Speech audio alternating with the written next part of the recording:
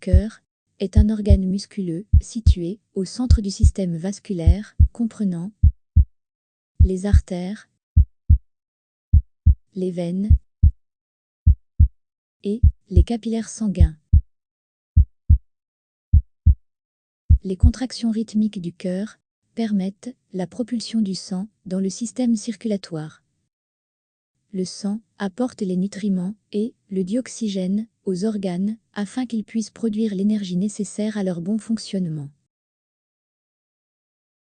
La compréhension de l'automatisme cardiaque nécessite cependant quelques brefs rappels d'anatomie. Le cœur comporte 2 oreillettes, 2 ventricules, 2 valves auriculo-ventriculaires et 2 valves artérielles sigmoïdes. Le cœur comporte par ailleurs des cellules myocardiques particulières, dont certaines sont regroupées en amas.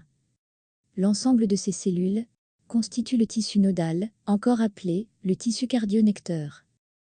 Les structures de ce tissu présentent la distribution suivante.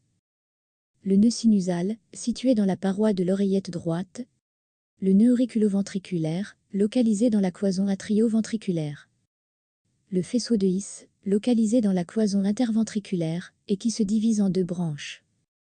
Et les fibres du réseau de Purkinje, situées dans les parois des ventricules. Tâchons, désormais, de comprendre le rôle de ce tissu nodal. Les cellules du tissu nodal ont la capacité intrinsèque de générer spontanément des potentiels d'action sans aucune stimulation nerveuse externe. Ces potentiels d'action sont comme des courants électriques parcourant le cœur, capables de déclencher les contractions cardiaques. L'étude du tissu nodal et des courants électriques y siégeant peut être réalisée grâce à un examen complémentaire appelé l'électrocardiographie. Pour réaliser cet examen, des électrodes seront placées, notamment, sur le thorax, dans le but d'enregistrer les courants électriques associés au fonctionnement du cœur.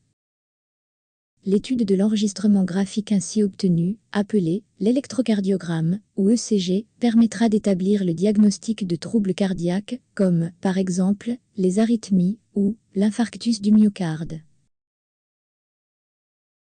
Un électrocardiogramme est un tracé qui représente les variations de tension, exprimées en millivolts, qui parcourent le cœur, en fonction du temps, exprimé en millisecondes. Un ECG typique comporte ainsi 5 ondes d'amplitude différentes, dont les ondes P, Q, R, S et T. Tâchons de comprendre à quoi correspondent les différentes ondes cardiaques d'un électrocardiogramme. Gardons en tête que l'activité électrique du tissu nodal induit l'activité mécanique du cœur, c'est-à-dire les contractions ou systoles et les relaxations ou diastoles. L'onde P correspond à la dépolarisation des oreillettes provenant du nœud sinusal, encore appelé nœud rythmogène ou pacemaker. Cette dépolarisation, comparable à un courant électrique, induira la systole auriculaire, c'est-à-dire la contraction des oreillettes. La dépolarisation se propage jusqu'au nœud septal. Ce dernier la transmet au faisceau de His, puis aux fibres de Purkinje, pour induire les ondes du complexe QRS. Ces ondes correspondent à la dépolarisation des ventricules. Cette dépolarisation induira la systole ventriculaire, c'est-à-dire la contraction des ventricules. La dernière onde de l'électrocardiogramme est l'onde T. Elle correspond à une repolarisation des ventricules. Cette repolarisation induira la diastole ventriculaire, c'est-à-dire la relaxation des ventricules. La durée d'un cycle d'onde PQRST est de 0,8 secondes, ce qui correspond à une fréquence cardiaque de 75 battements par minute.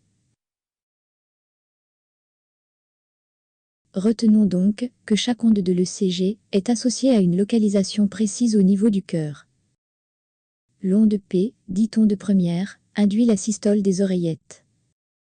Les ondes QRS induisent la systole des ventricules, tandis que l'onde T génère la diastole des ventricules.